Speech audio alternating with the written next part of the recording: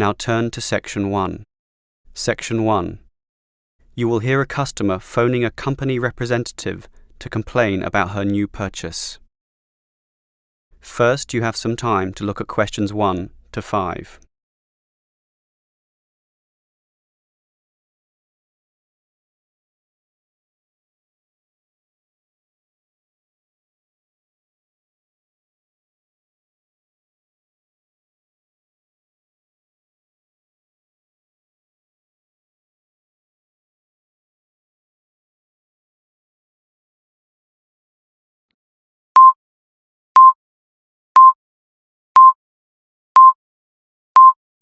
Listen carefully and answer questions 1 to 5. Hello, is this the Dynamo Motorcycle Company? Yes, it is. How can I help you? Well, I have an instruction manual here for your new electric motorcycle, but I'm not satisfied with the purchase at all. Well, I'm sorry to hear that. But don't worry. I'm sure we can sort this out. Before we do anything, can you tell me the model number? At the top of the instruction manual here, it gives the model number RTY34. TY34. Okay. Now, what's the nature of your complaint? It's many things, actually.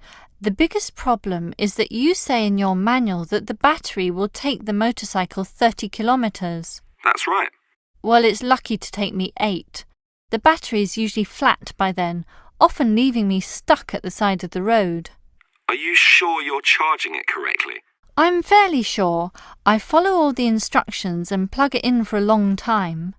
And are you sure you charge it for the required 3 hours? I charge it until the charging light goes off, and that's 2 hours, so that should be enough. And there's a serious design fault with this motorcycle. When you're riding it, there's no meter to show you how much power is left, so you actually don't know when the machine is going to stop working. There's a voltage gauge. Yes, but that tells you nothing. The needle fluctuates about from 55 to 45, so whatever it says is meaningless. According to the manual, you're meant to charge the battery if the needle falls under 50 volts. But even when you charge it, it can go below 45. As I said, the needle just waves all over the place.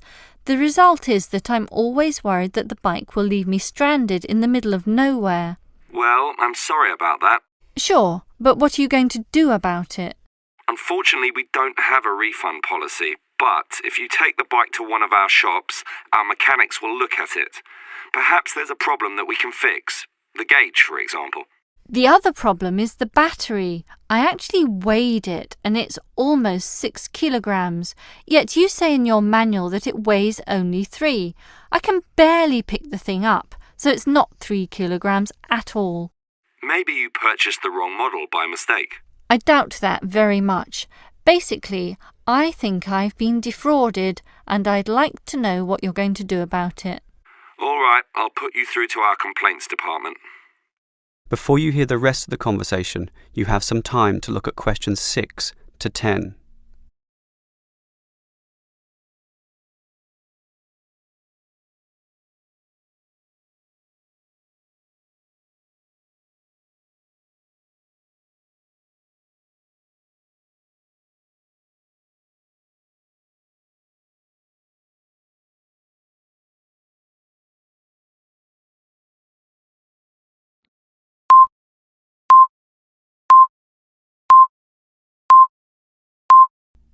Now listen and answer questions 6 to 10.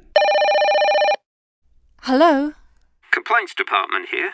Apparently you have a complaint? Yes, I do. Let me tell you all about... It's all right. Our representative has already informed me about your problem. It's probably just a misunderstanding. I'm sure we can work something out. Right now, I need to take down some details. All right. Can I have your name, please? Jessie Parkinson. That's Jessie and Parkinson, Parkinson. Parkinson. All right.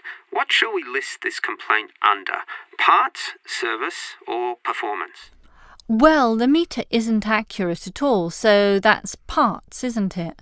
Yes, perhaps, but you do feel more generally that the motorcycle doesn't meet the operational standards as advertised, so it's probably better to tick performance here. Can we tick both, parts and performance? No, we can only tick one, so let's not call it parts. We'll go with performance. Now, we may post some further forms and questionnaires to you, so would you mind giving me your address? Certainly, it's 45 Melrose Road. Melrose, M-E-L and Rose. OK. Now, your phone number? Just use my mobile phone. That's 0928 982 453. 453. OK. And if we have any follow-up questions, what time is best for ringing you? Morning, afternoon, night time? Well, I work as a secretary from 9 to 5, but I do get a lunch break which gives me some free time. This break used to be 12:30 to 1:30, but then it changed to an hour later, so it's best to ring me at 2 p.m. since the break now starts at 1:30. All right. That's all for now. We just need to do our own investigation and we'll probably ring you back tomorrow. I'm sure we can get to the bottom of this. That is the end of section 1. You now have half a minute to check your answers.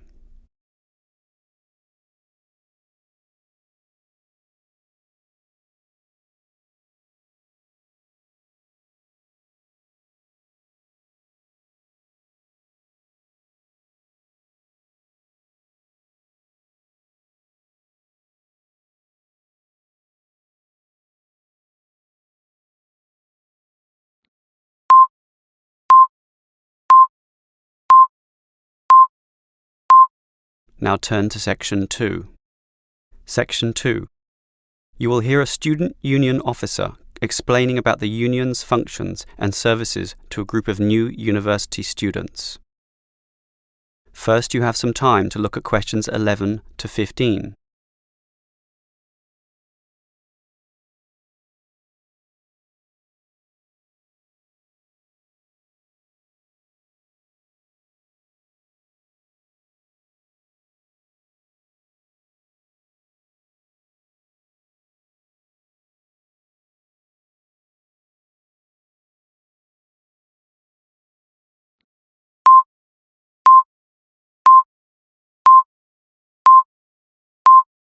Now listen carefully and answer questions 11 to 15.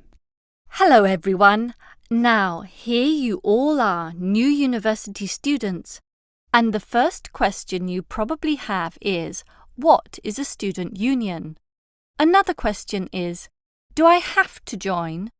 Well, regarding this second question, let me say that membership used to be compulsory in the past, but that did cause some controversy, particularly from students who wanted to remain free and unaffiliated, and this university responded. So, joining up is no longer compulsory. It's totally up to you, although I'll admit there is a fairly strong obligation to join, since all students benefit from the large variety of services that we offer. We do understand, however, that many might be unwilling to join because of a supposed political slant to the union. Traditionally, student unions have been seen as being dominated by the left, and I suppose that's still true to a large extent. Here, however, at this university, our union discourages such one-sided viewpoints, and students across the whole political spectrum are welcome. Thus, if you feel that you are a conservative type, in other words, leaning to the right, you are particularly urged to join to provide a more balanced representation. Now, let me move back to the first question. What are we? We are a formal organisation, but totally independent of the educational body. We make our own rules, rent our own premises, and organise ourselves as we wish, and our mission is basically to help you. For example, do you remember how you all arrived in late February to have an orientation week? That gave you an invaluable induction into life here, right? Well, the student union organised all the festivities at the end of that. The barbecues, partying and drinking, and even the musical entertainment as well. We'll do that again on occasions, and as always, those events take place on the football ground. Now, do you have any questions before I move on? Before you hear the rest of the talk, you have some time to look at questions 16 to 20.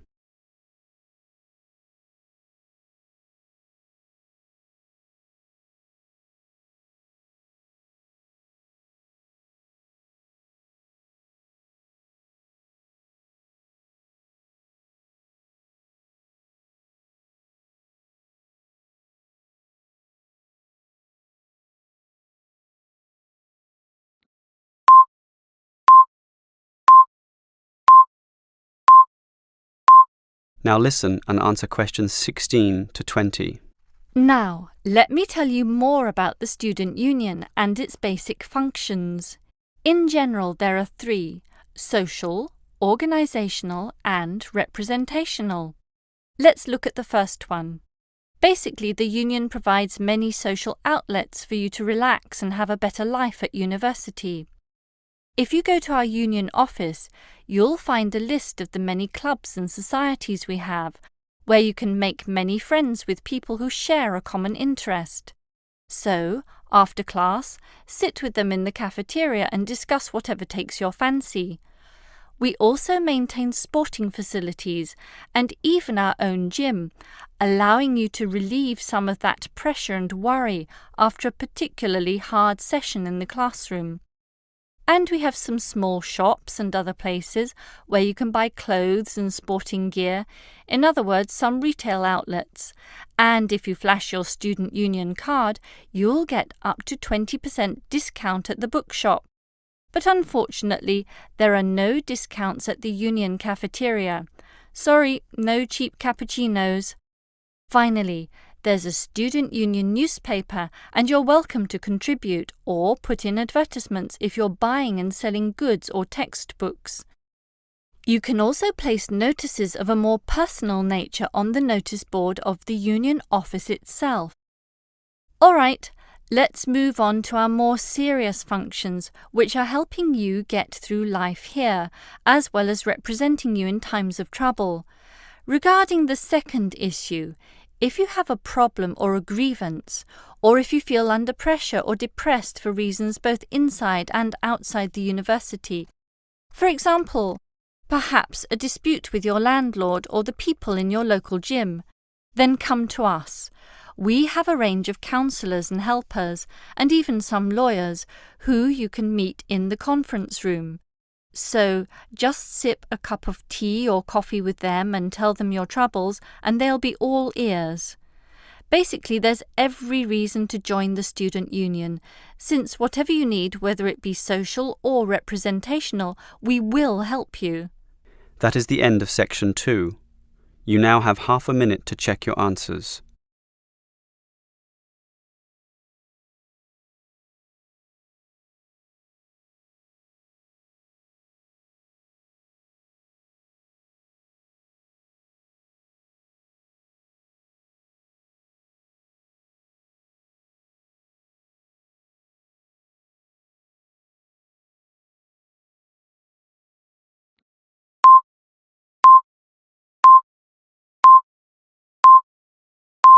Now turn to section 3. Section 3. You will hear two teachers talking about the work experience program for their students. First, you have some time to look at questions 21 to 25.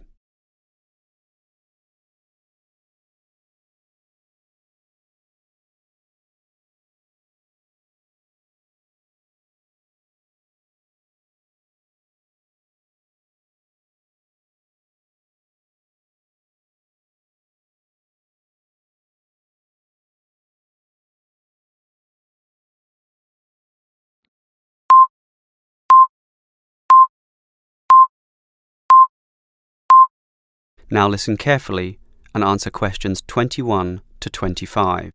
OK, we've got to arrange this program. Work experience. I believe quite strongly in this myself, Studies are often just too theoretical, and the best learning can be on-site. Sure, in principle, but you've got to find the right companies.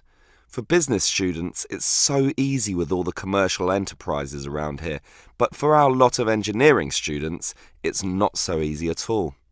Last year's education students were easy too. We just put them all into schools. Well, there are a few companies that will accept our students. Building sites are the main avenue to explore, but the trouble is that not many of these places want inexperienced learners around. Why not? Last year when I did this, I think these companies were worried about accidents. Now it's more a time issue. They just don't want to train people. But these people work for free. But training takes time, and in the economic recession, few companies want their personnel diverted for such purposes. But I did find some companies, enough for us at least, but they all insist on one thing. Minimum work time of 1 month, right? No, that the students are appropriately insured. Remember, these are building sites and there are quite a few hazards there, and we're putting untrained students, not trained students, right amongst them. So these companies want financial coverage in case of accidents. Gee, is that going to be expensive?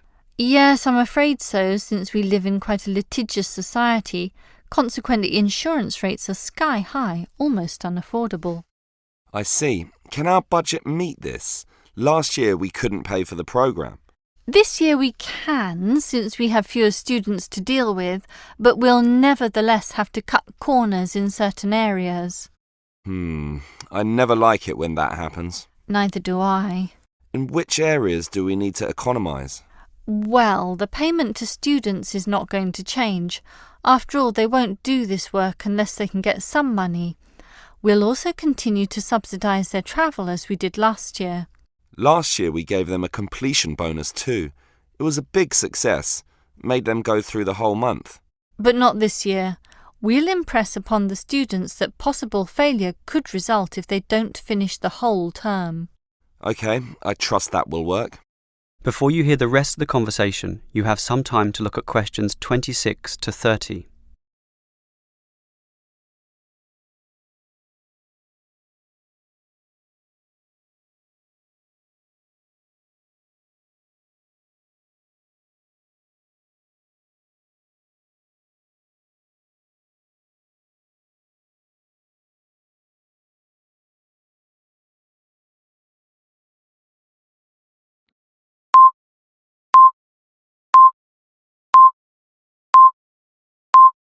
Now listen and answer questions 26 to 30.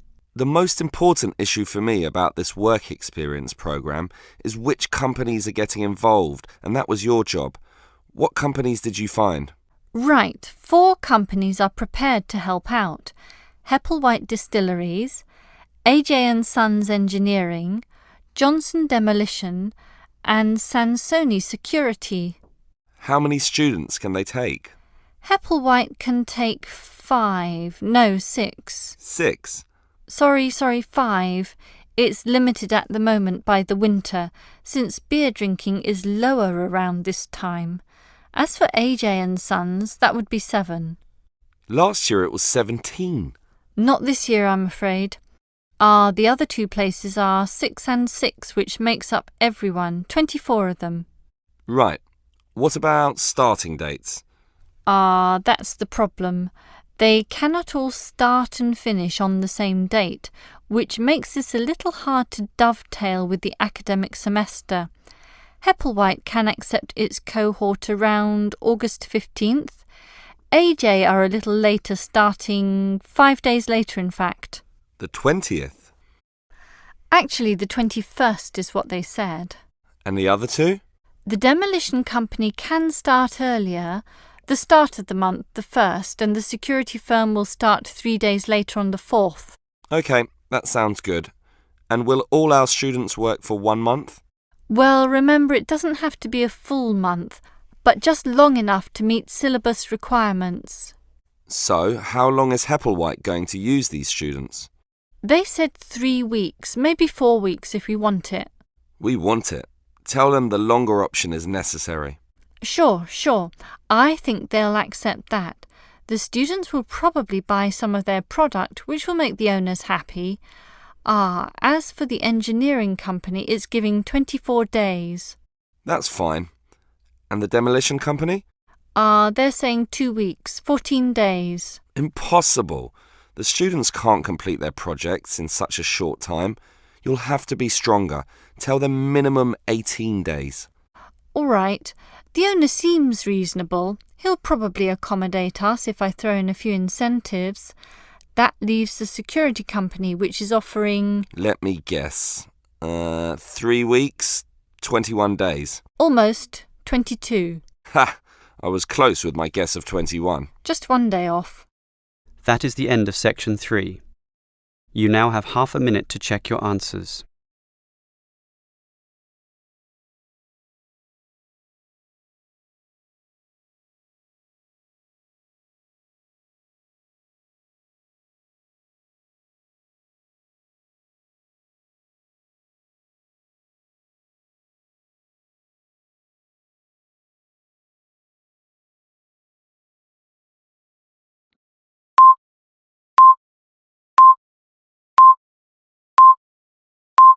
Now turn to section 4. Section 4. You will hear a lecturer talking about the process of fossilization. First, you have some time to look at questions 31 to 33.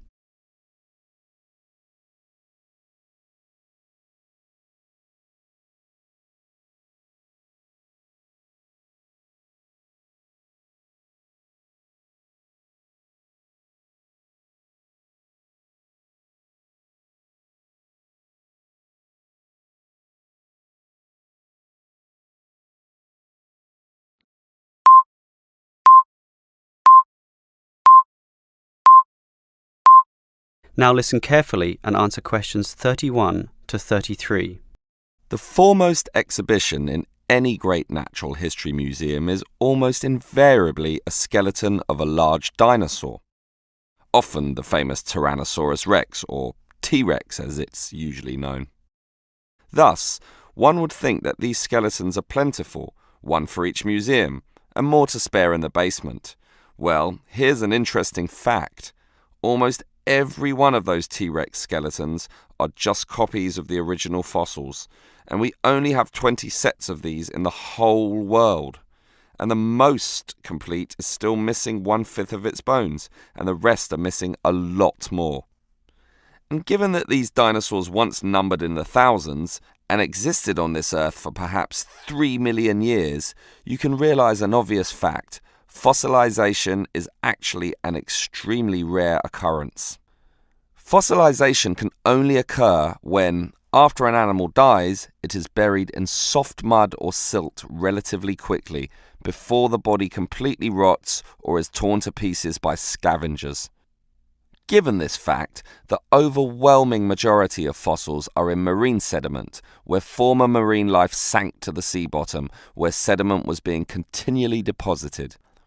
This means that we have a fairly good idea of the life in Earth's ancient oceans, but a much sketchier view of the land-based life forms. Fossilization on land needs water and mud, meaning that it is most often near ancient river sites and lakes. But it is still so rare that there are, in fact, large stretches of geological time about which we don't quite know what was happening at all. Before you hear the rest of the lecture, you have some time to look at questions 34 to 40.